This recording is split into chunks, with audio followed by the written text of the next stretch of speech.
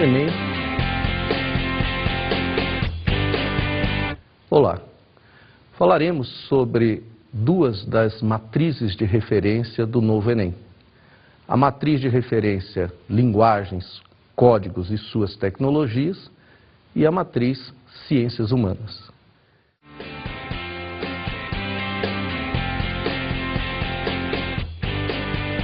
Antes de comentarmos especificamente sobre essas matrizes, é preciso fazer a seguinte reflexão. O sistema de avaliação, que é padrão, que é tradição no Brasil, como sabemos, se fundamenta nos conteúdos e nas disciplinas. O novo Enem modifica, pode-se dizer, radicalmente essa concepção. As disciplinas não desaparecem, mas elas se agregam num novo formato, num novo modelo, que são as chamadas matrizes de referência. No caso da matriz de referência Linguagens, Códigos e suas tecnologias, não se trata de uma mera transposição da língua portuguesa.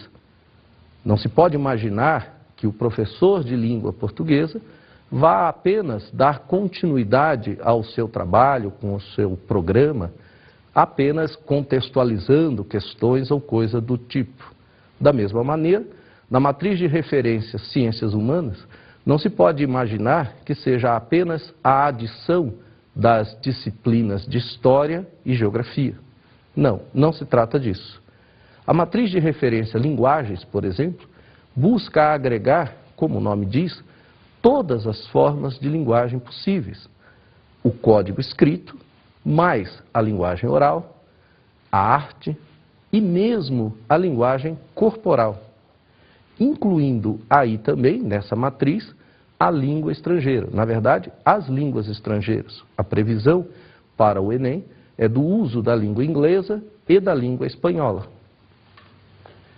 Da mesma maneira, a matriz Ciências Humanas, ela, neste ano de 2009, o ano da implantação do novo Enem, ela vai trabalhar com a concepção dos programas de História e Geografia, porém numa nova relação. Para os anos seguintes, esta matriz pretende incluir ainda Filosofia e Sociologia. Bom, o que se depreende dessa reflexão? Aquilo que é fundamental para a compreensão do novo Enem. O Enem não fará prova de conteúdos. Os conteúdos são suporte para se aferir as competências e as habilidades dos alunos. Esses conteúdos suporte serão formados, que é o que se chama de objetos de conhecimento, por uma rede que integra essas antigas disciplinas. Assim, a matriz linguagem, ela vai permitir elaborar uma questão visando uma competência que reúne habilidades, perpassando, ou podendo perpassar, conteúdos da língua portuguesa, da arte, da educação física e da língua estrangeira. Vamos oferecer e analisar e acompanhar exemplos, que, sem dúvida, são a melhor forma de percebermos essas mudanças e essas transformações. Antes, porém, vamos observar quais competências são delineadas para cada matriz. Comecemos com a matriz de referência de linguagens, as 3 primeiras competências. Acompanhe. Competência de área 1. Aplicar as tecnologias da comunicação e da informação na escola, no trabalho e em outros contextos relevantes para a sua vida. Competência de área 2. Conhecer e usar língua estrangeira moderna ou línguas estrangeiras modernas como instrumento de acesso a informações e a outras culturas e grupos sociais. Competência de área 3. Compreender e usar a linguagem corporal como relevante para a própria vida, integradora social e formadora da identidade. Como você pode perceber, essas 3 primeiras competências, elas apresentam novidades muito importantes. Primeiro, a questão de que os conteúdos não são mais o fim em si, como já dito. Eles servem para trabalhar as relações do mundo real, a relação com a escola, a relação com a vida, enfim, com os amigos, o trabalho. Outra importante inclusão é a língua estrangeira, que está presente na competência 2. Porém, é preciso fazer uma ressalva. Para o primeiro Enem de 2009, esta competência 2 não será exigida. Ela está presente, já faz parte da matriz, mas neste primeiro ano não será exigida. A outra novidade que aparece na competência 3 é a inclusão na matriz Códigos, Linguagens, da expressão corporal, que era trabalhada na disciplina de Educação Física. Então perceba o quanto a matriz procura abranger as diversas formas de manifestação. Vamos ver um exemplo de uma questão de prova que já caiu no Enem, que ilustra um pouco aquilo que se pede, aquilo que se espera, né, que o aluno seja capaz de compreender nestas primeiras competências. Acompanhe.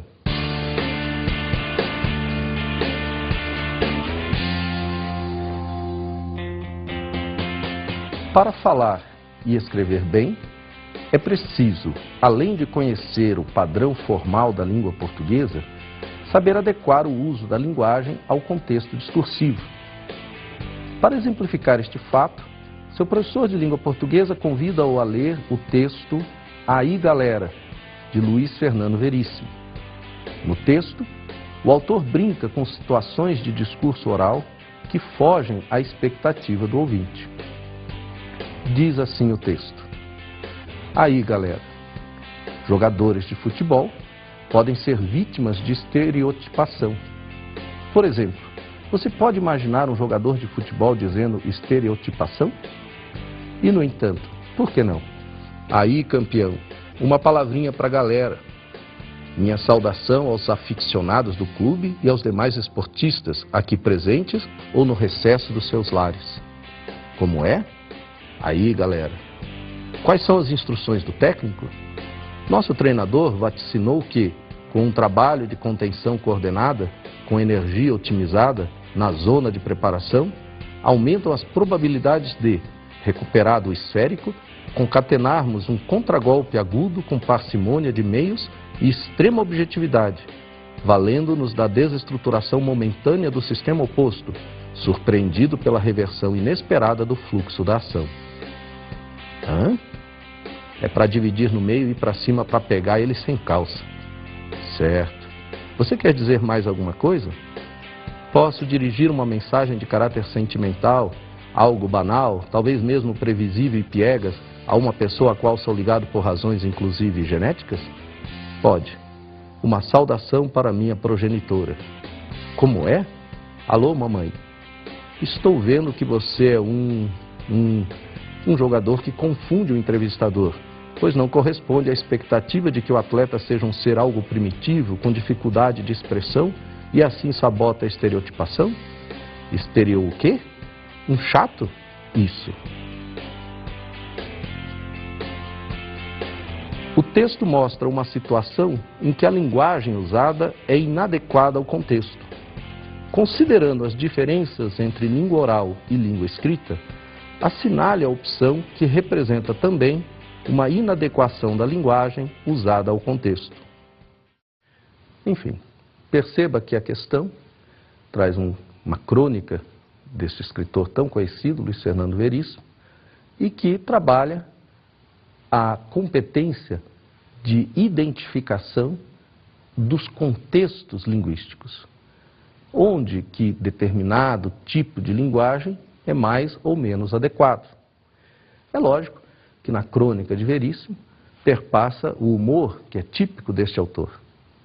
Nas alternativas, a resposta que compreende o nível de comparação entre o que foi a crônica e aquilo que se pede é o que está presente na letra E, aquele em que um professor universitário, num congresso internacional, faz uso de uma linguagem coloquial, carregada de gírias. É evidente que também é incompatível tanto a linguagem culta, erudita, num campo de futebol, como a linguagem coloquial, marcada pelos usos, né, do dia a dia, num evento formal. Esse tipo de competência ele é não só de observação para se responder questões, mas é também para a nossa prática cotidiana. É exatamente isso que a nova prova do Enem pretende, que você explicite formas e competências não apenas para responder provas, mas aquelas que você faz uso na sua própria vida. Vamos ver mais 3 competências que compõem esta matriz: linguagens, códigos e suas tecnologias. Acompanhe. Competência de área 4.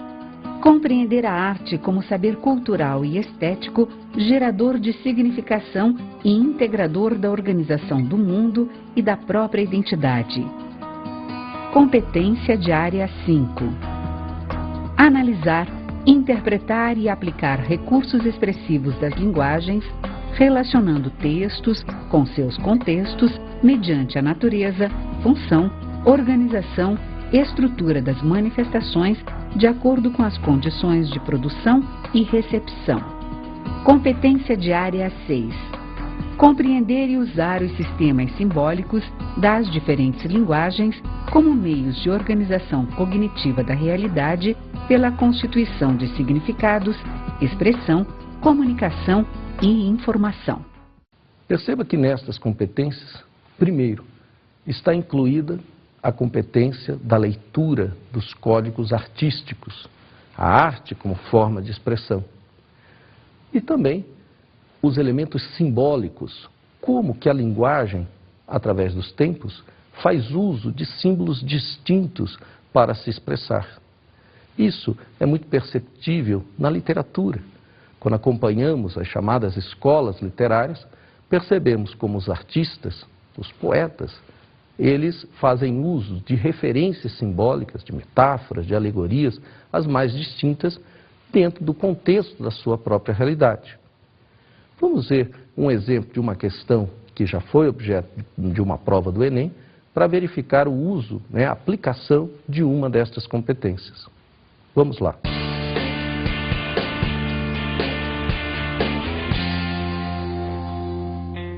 Poética, de Manuel Bandeira, é quase um manifesto do movimento modernista brasileiro de 1922.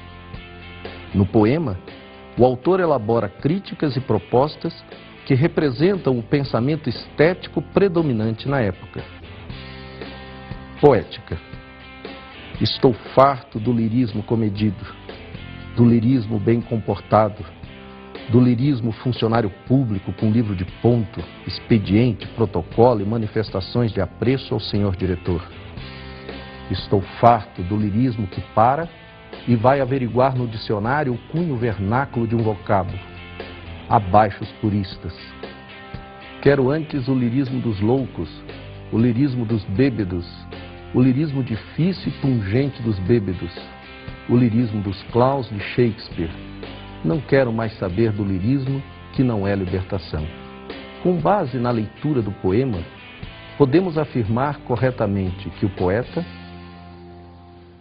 Observe que nesta questão há um conteúdo que poderia perfeitamente ser enquadrado na disciplina de literatura.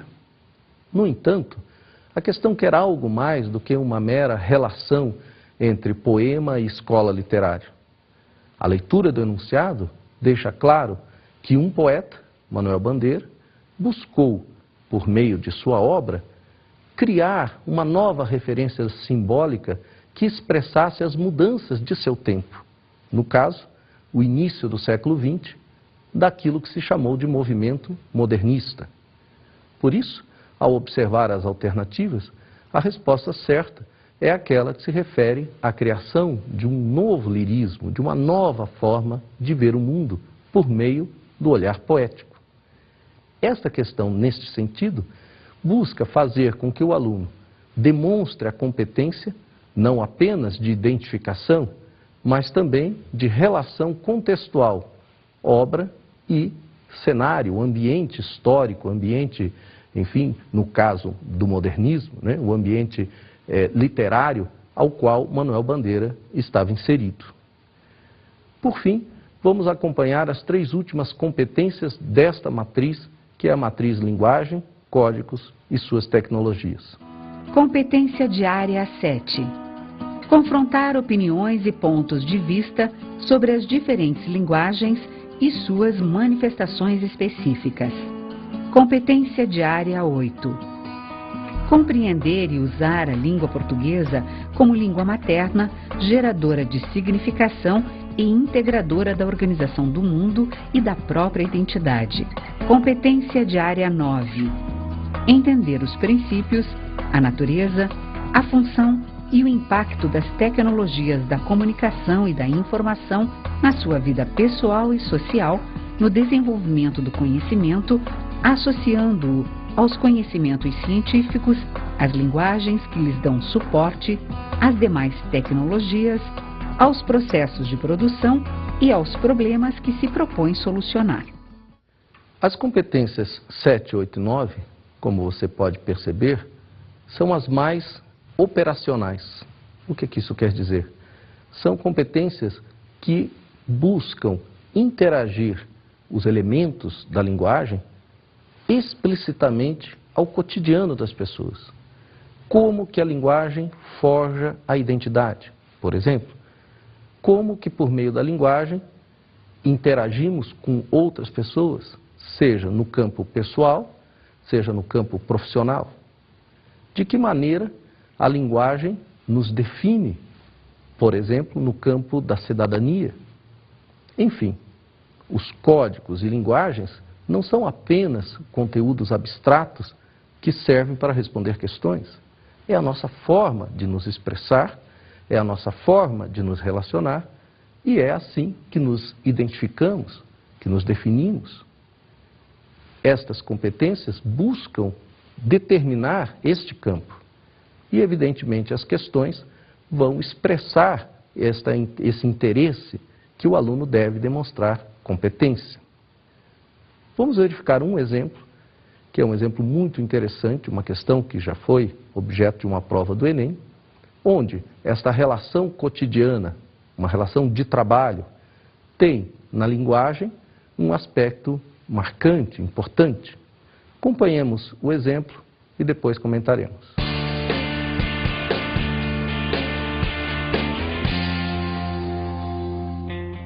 Observe que a tirinha, lógico, de maneira bem-humorada, expressa aquilo que a competência 9 da matriz de referência procura, ou deseja que o aluno desenvolva, que é a capacidade de perceber os impactos que a tecnologia impõe sobre a vida cotidiana das pessoas.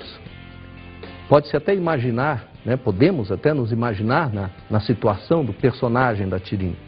Um cidadão comum, que certamente foi treinado para se relacionar com empresas via aquelas mensagens gravadas, treinados pela sua prática cotidiana, provavelmente ligando várias vezes e, enfim, atendendo sempre aquela vozinha, número tal, para tal coisa, diz que tal, e então, num determinado momento, ele liga para algum lugar e aí ele comenta com o seu colega: entrei em pânico e desliguei.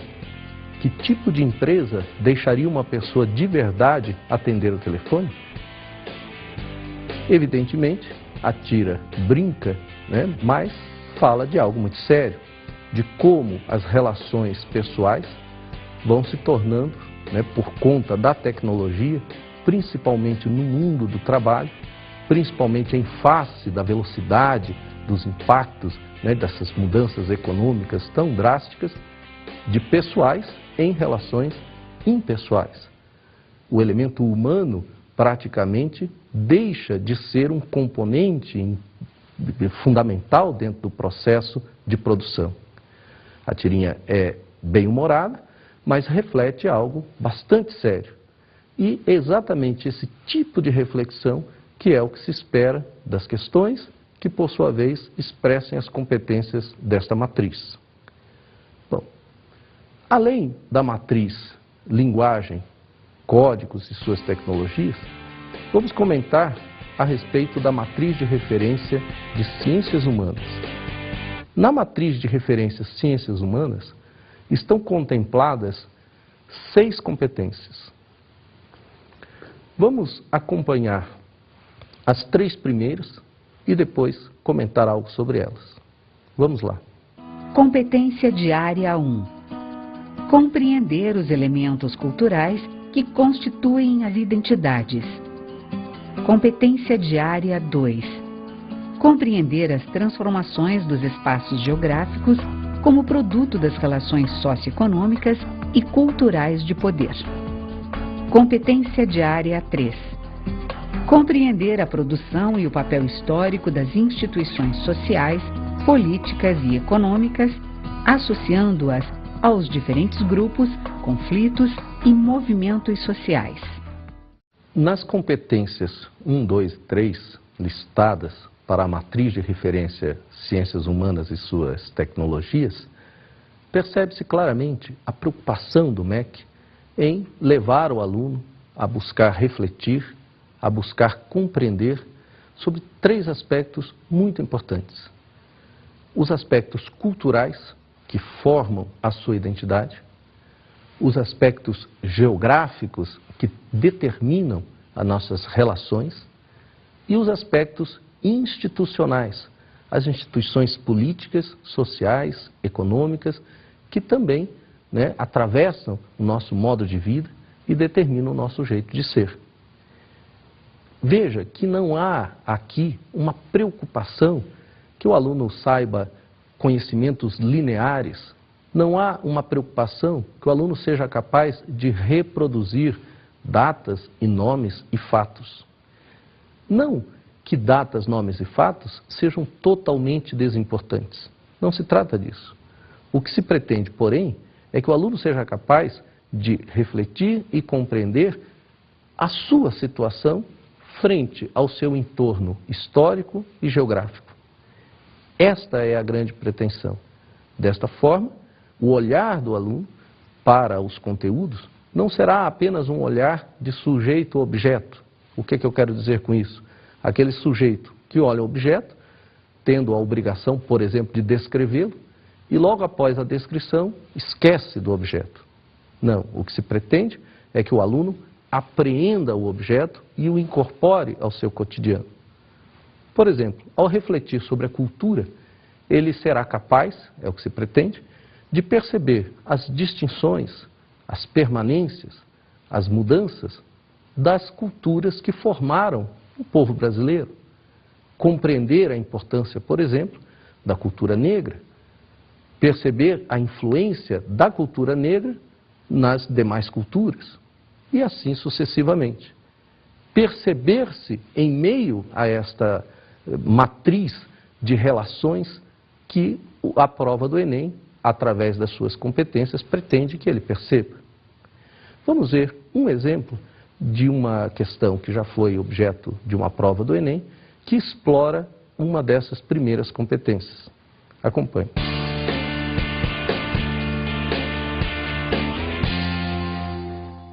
A pintura rupestre acima, que é um patrimônio cultural brasileiro, expressa: A. O conflito entre os povos indígenas e os europeus durante o processo de colonização do Brasil. B. A organização social e política de um povo indígena e a hierarquia entre seus membros. C. Aspectos da vida cotidiana de grupos que viveram durante a chamada pré-história do Brasil. D. Os rituais que envolvem sacrifícios de grandes dinossauros atualmente extintos. E. A constante guerra entre diferentes grupos paleoíndios da América durante o período colonial. Essa questão, que é uma questão pode ser considerada de nível fácil, ela, porém, expressa uma série de mudanças, entre estas mudanças que estamos insistindo, da nova prova do Enem. Primeiro, um comentário sobre essa aparente facilidade da questão. Preciso lembrar que, num sistema de rede, como é montada a prova do Enem, nós temos 2 eixos fundamentais: o eixo da complexidade e o eixo da densidade. O que isso quer dizer? O eixo da complexidade é aquele dos verbos que as competências informam. Por exemplo, identificar é um nível de complexidade baixo. analisar o nível de complexidade alto.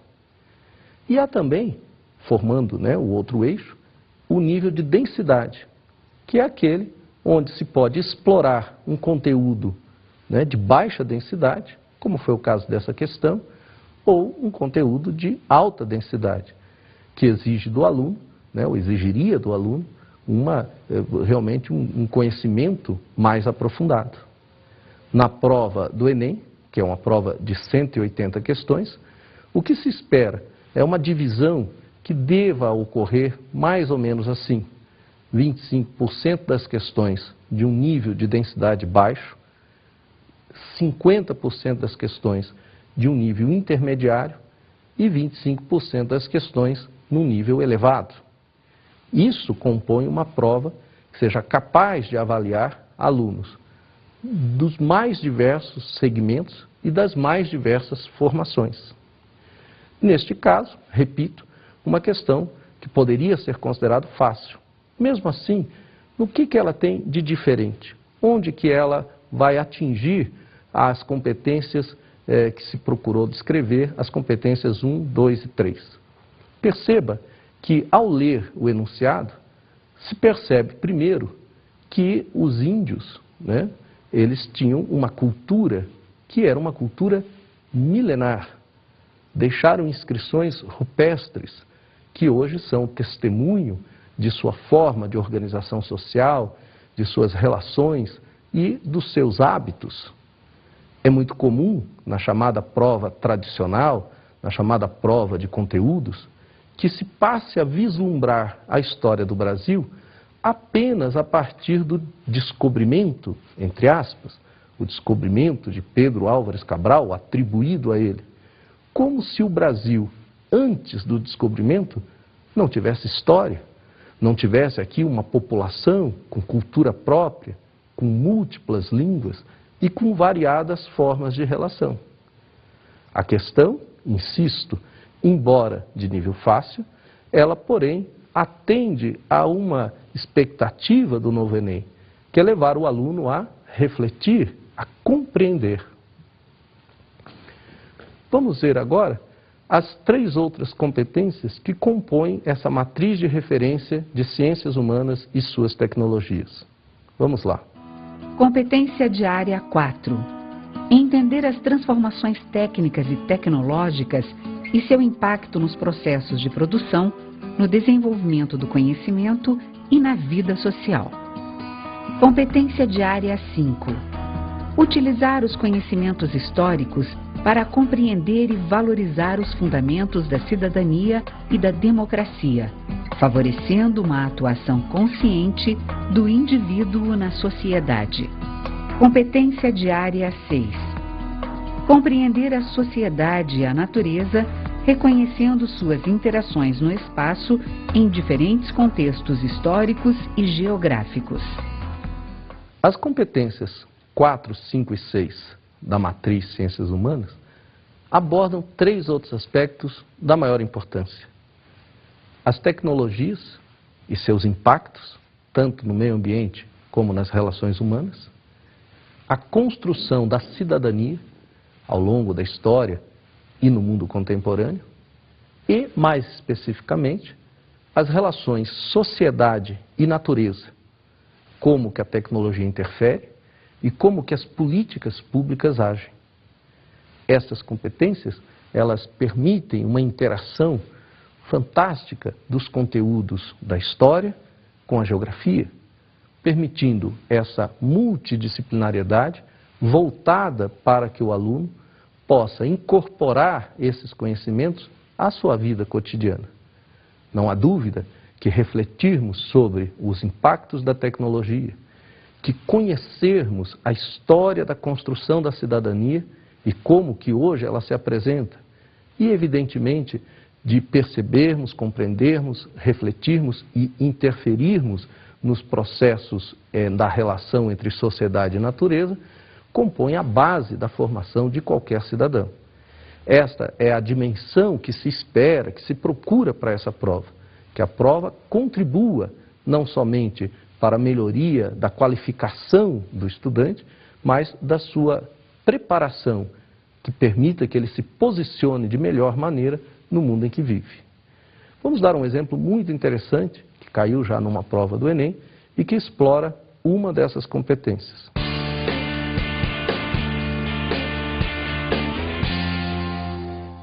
Em 4 de julho de 1776, as 13 colônias que vieram inicialmente a constituir os Estados Unidos da América declaravam sua independência e justificavam a ruptura do pacto colonial. Em palavras profundamente subversivas para a época, afirmavam a igualdade dos homens e apregoavam como seus direitos inalienáveis o direito à vida, à liberdade e à busca da felicidade. Afirmavam que o poder dos governantes, aos quais cabia a defesa daqueles direitos, derivava dos governados. Esses conceitos revolucionários que ecoavam o iluminismo foram retomados com maior vigor e amplitude 13 anos mais tarde, em 1789, na França. Considerando o texto acima, acerca da independência dos Estados Unidos e da Revolução Francesa, assinale a opção correta. Como você pode perceber, essa questão poderia muito bem estar enquadrada dentro desse chamado modelo tradicional de prova, a chamada prova de conteúdos. Aliás, esse tipo de questão alimenta um pouco o discurso dos críticos da nova prova do Enem, que costumam dizer que a prova será igual, apenas com algumas contextualizações. Não é verdade. É fato que esta questão, ela apresenta como elemento, constitutivo, conteúdos do programa de história. Não poderia ser diferente, é um objeto de conhecimento da matriz de ciências humanas. Porém, o que ela pretende? Onde que ela quer chegar? A questão, ela apresenta a origem do Estado moderno, da constituição da cidadania e os locais onde essas ideias prosperaram. Evidentemente, sabemos, os Estados Unidos e a França foram os países que constituíram os primeiros modelos dos Estados modernos. Os Estados modernos no sentido de Estados que consolidaram as chamadas ideias iluministas. Essas ideias iluministas, que se desenvolveram por sua vez na Inglaterra e na própria França, concretizaram-se, ganharam corpo nestes países, cujos cidadãos tiveram a coragem, a determinação de lutar contra a tirania, contra o absolutismo. Ora, este modelo, este recado é que a questão quer passar. Estamos no século XXI e em nosso país a cidadania ainda está em construção. Esta reflexão é que a questão demanda, que a questão permite. Por isso não se pode resumi-la a um mero conteúdo decoreba, como se dizia antigamente. Pois bem, temos aí então as duas matrizes que compõem, duas das 4 matrizes que compõem o modelo da prova do Enem. E creio que com estas informações tenha sido possível para você vislumbrar, visualizar melhor como é que essa prova será elaborada. Bons estudos!